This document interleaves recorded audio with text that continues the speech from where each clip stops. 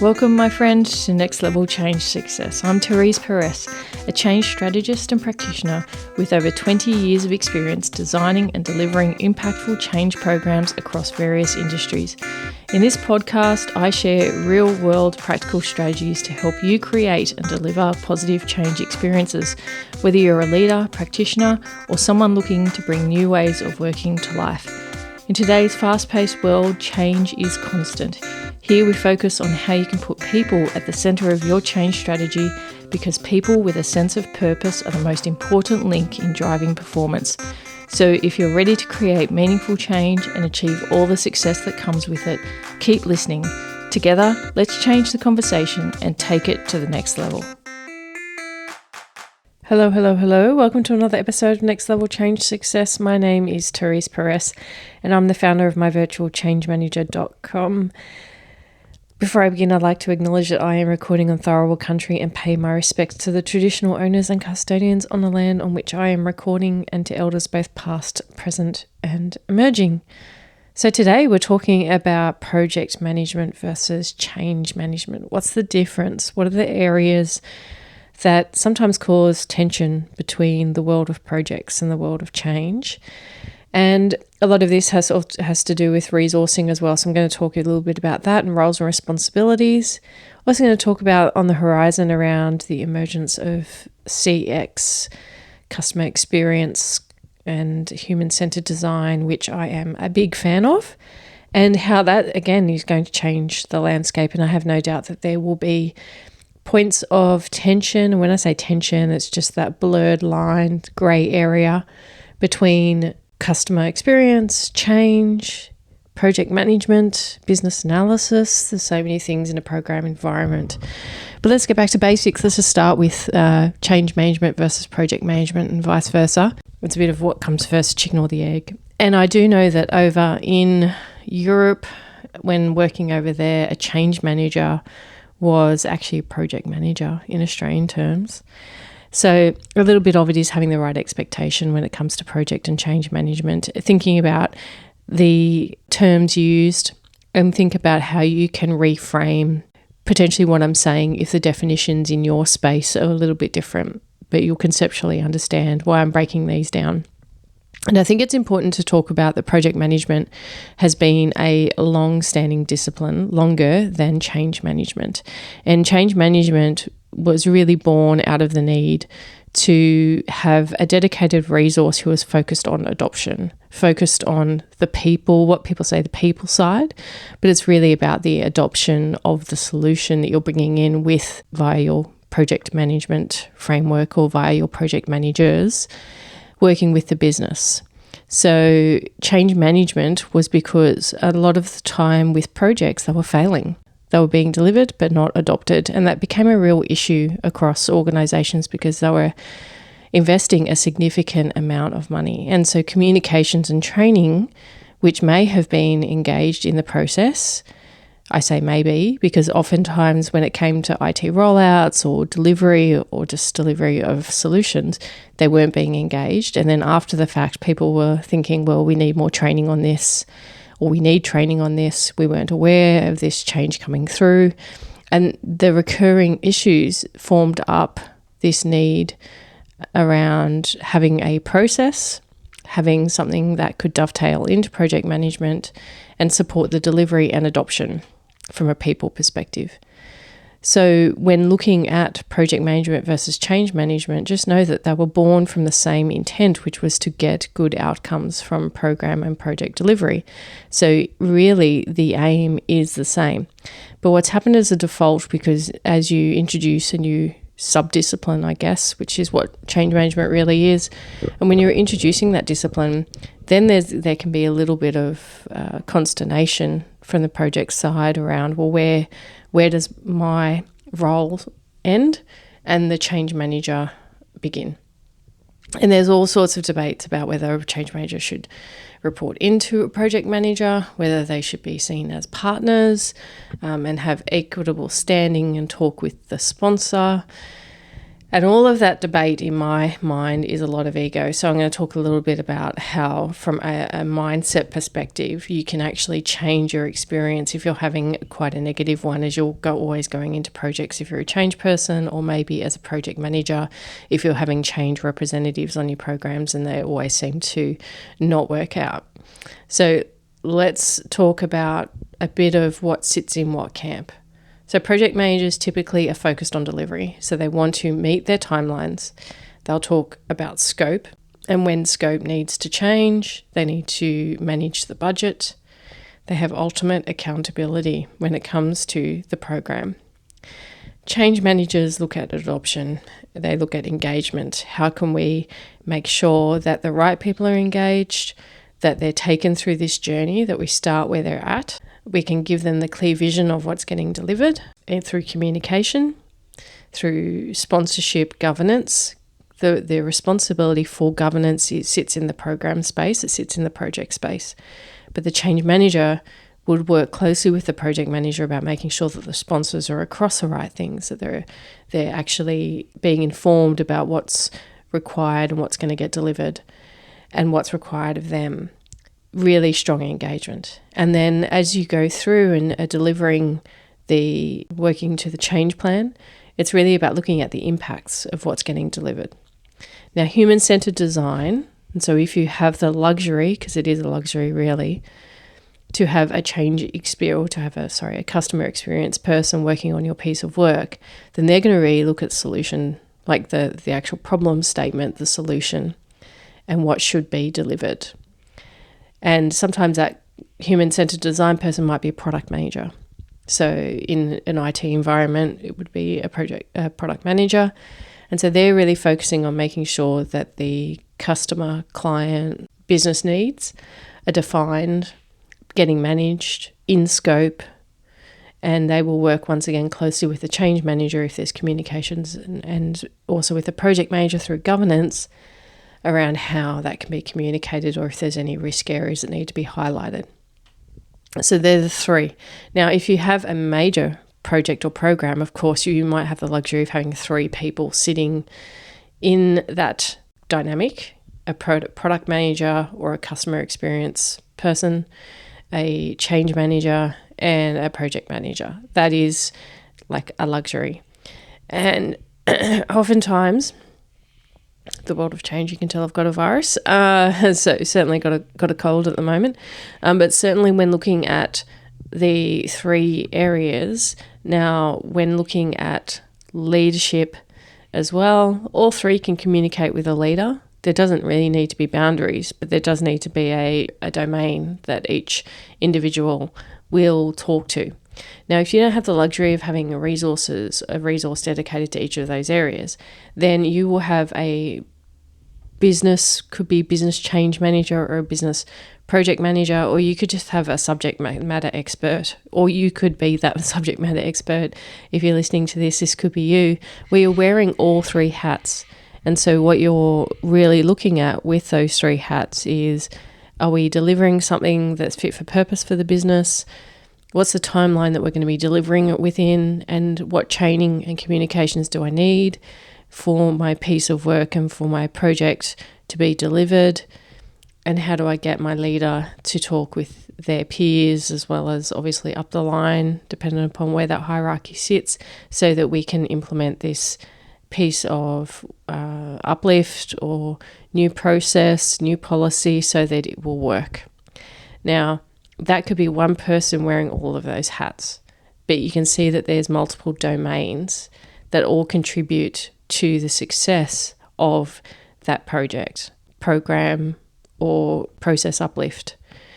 So that is the difference between, and the different domains between project management. You can be managing risks, you can talk about scope, you're going to talk about resourcing, you're going to have a governance structure, so somewhere that you're reporting into and giving them updates about the progress.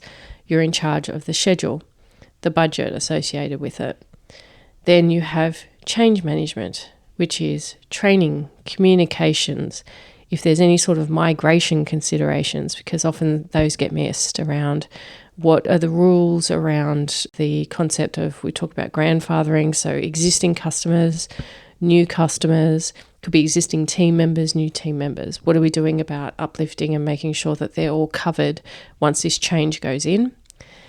Getting a training plan, what are the indicators for readiness from a change perspective that you're going to put into play? Those indicators for readiness in the change space are different to indicators for projects. It's another podcast episode in the future around readiness and how those two areas are different. And then obviously you've got your customer experience, who really at the origin of the solution is saying, are we solving the right problem here, that we're going to get the right outcome?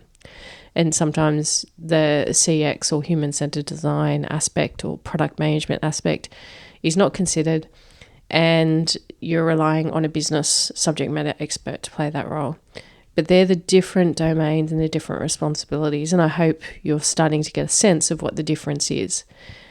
Now, if you are in an environment where there's no such thing as project managers, there's just change managers, because sometimes, and I should also mention that change management in an IT release concept is different again. So as if the world couldn't be more confusing, right? But essentially in IT space, change management is about a release model. It's about risk management. There will be a process, and it will be a how we do regression testing to make sure that, we've fixed one thing but another thing hasn't broken. How have we gotten to this point? The right appropriate governance around that, and making sure that releases are managed well. That is IT change management, different to the broader general people change management. And important that is also distinguished. So I wanted to highlight that for you as well, because that's where confusion can sometimes arise around, well, I have a change manager in my IT space, I don't need one. And then saying, well, actually, from a change management perspective, you do need one, because you're talking about the broader audience who use this service, product, policy, process, who need to change the way that they're working. Dependent upon the size of your change, and if you go to myvirtualchangemanager.com, you can do a high-level impact assessment on your change. It's going to give you an idea around whether it's a big effort, medium effort, small effort. And as an aspect of that is, the bigger the impact across your organisation or externally, the more resources you're going to need to ensure that this change lands. And it's always the concept of the speed and urgency, getting the right skills in to work on that change.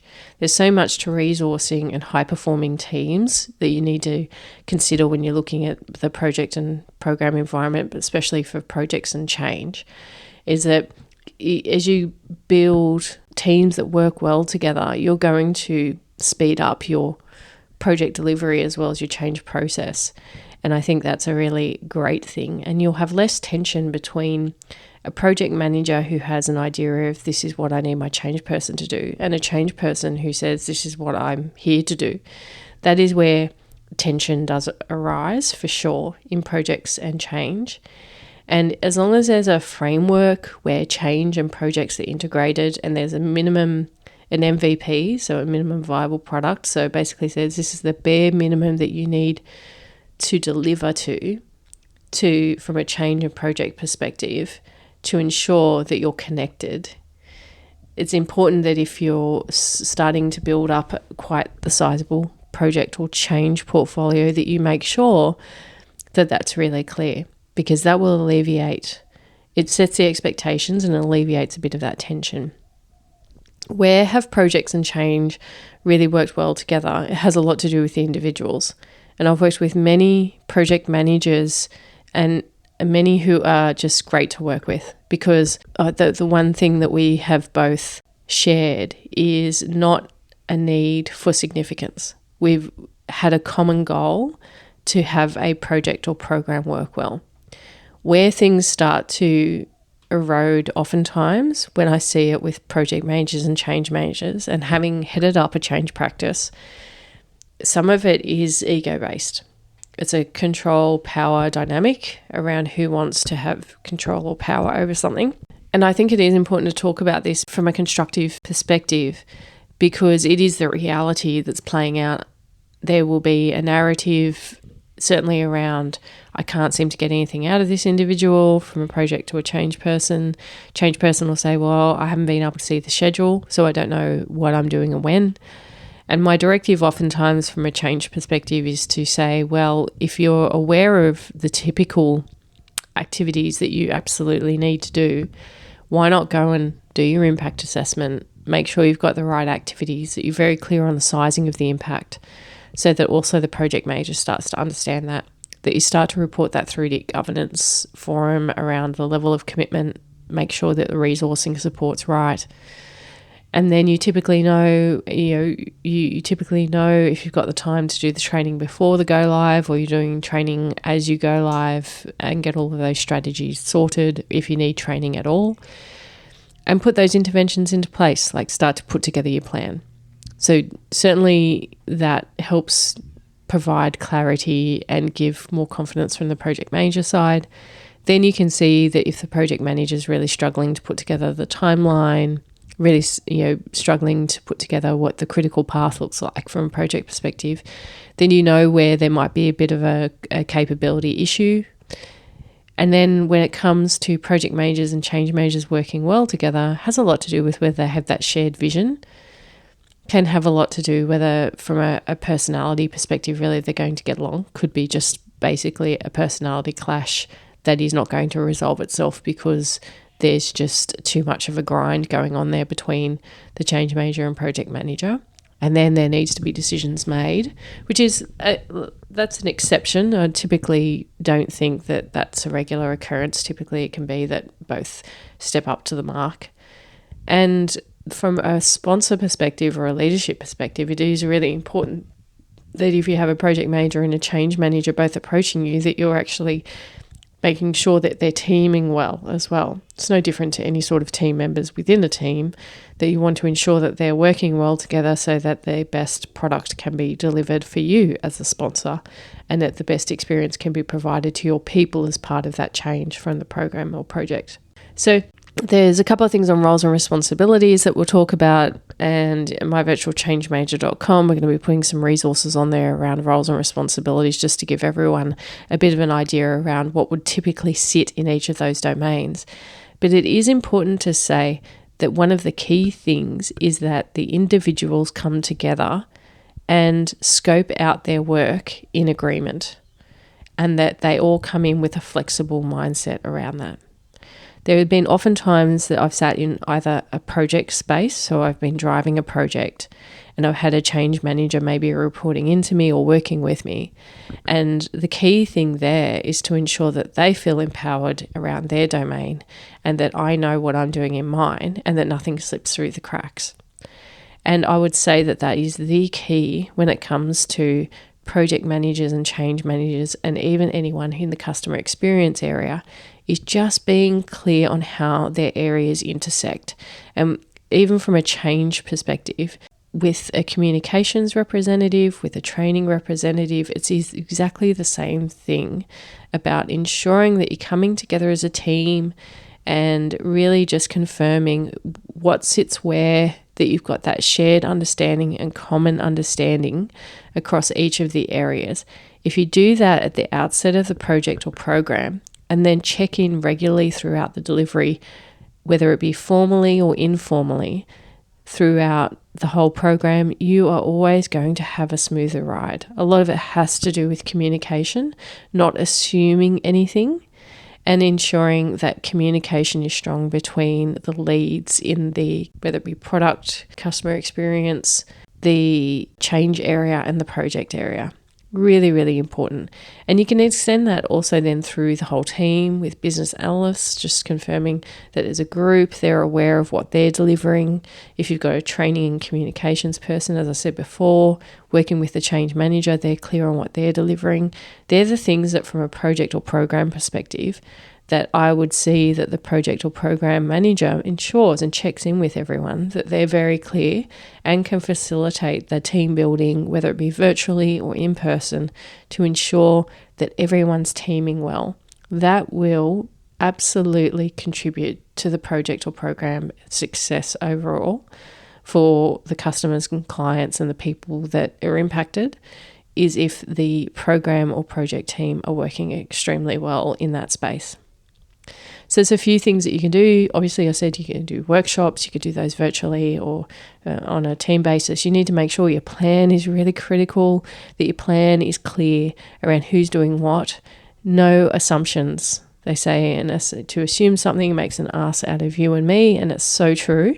And sometimes you don't realize that you've made assumptions until a ball drops, and then you're like, oh, actually, I thought you were doing this. I'll do it. Okay, no worries. But can we talk about this later, about how this can get picked up in future and who should actually own that?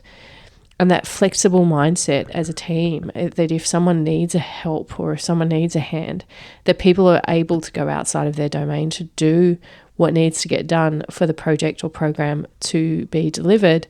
But it shouldn't be an enduring ask. It shouldn't be something that is a continual ask of that person to be picking up work that isn't within their core skill set because there was a reason they were hired in the first place. So many layers to this conversation, but I hope it's giving you a bit of clarity about what project management is, which is very much the delivery, management of risk.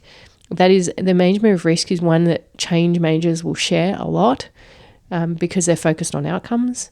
So the scope management, budget management, resource management sitting in the program side. Then from a change perspective, communications, training, ensuring adoption, considering the customer journey. If you've got a CX person, they pick up the customer journey piece, which is great and beneficial. If you have a business analyst as well on your project or program, it's worth saying that they will probably be mapping processes related to the customer journey. And so they can feed into both the CX aspect as well as the change aspect as well, and be delivering things for the PM. And so the BAs really can be quite a linchpin. The business analyst can be quite a linchpin for the organisation or a program. And then when you look at the change analyst, and you're like, well, what does a change analyst do if I've got a BA? Well, the change analyst translates what the BA is going to be doing, and the BA might be actually quite technical, and the change analyst is going to translate that to the impacted audiences, and so provide that lens. And so everything does work nicely. If you think about the cogs in the wheel, they all turn and all complement each other in different ways. And it's just about the flexibility that people might have to jump into various spaces, which may mean that most people need to broaden their skill set so that they can actually flex. I think that's part of the issue from a project perspective, even a change perspective, is that if there isn't a broad enough skill set and understanding about the project manager seat or about the BA seat or those different areas, then there can just be quite a rigid form of thinking about what their role is. And that's just going to be detrimental because projects and programs, people need to flex. It is a given. It's about delivery. Everyone will have that shared passion for delivery, but they want to deliver quality. And that's really key then, that everyone understands their roles and working well together. I hope you've enjoyed the episode and it gives you some ideas around all the different domains that can sit within a project or program environment. And there will be some resources on myvirtualchangemanager.com for you to be able to explore around roles and responsibilities within a program. And I hope that you can put some of those to use and maybe take a bit of time to reflect in your current project or program, if you're working in that environment, what those roles and responsibilities are looking like, and whether part of the solution is just to simply have a conversation and a reset around who's doing what so that everyone's clear, and ensure that that's an open and collaborative conversation. Have a great day and come and join us at myvirtualchangemanager.com. I'd love to see you at one of our webinars, and we have some courses coming up, so live courses, live coaching. So I hope that you can explore it and we can work together, because change matters, because your people matter. Hi, it's Therese here again. I just wanted to mention that we have the Change Intelligence webinar series happening this year, and you don't want to miss out on any of the topics that we're going to cover.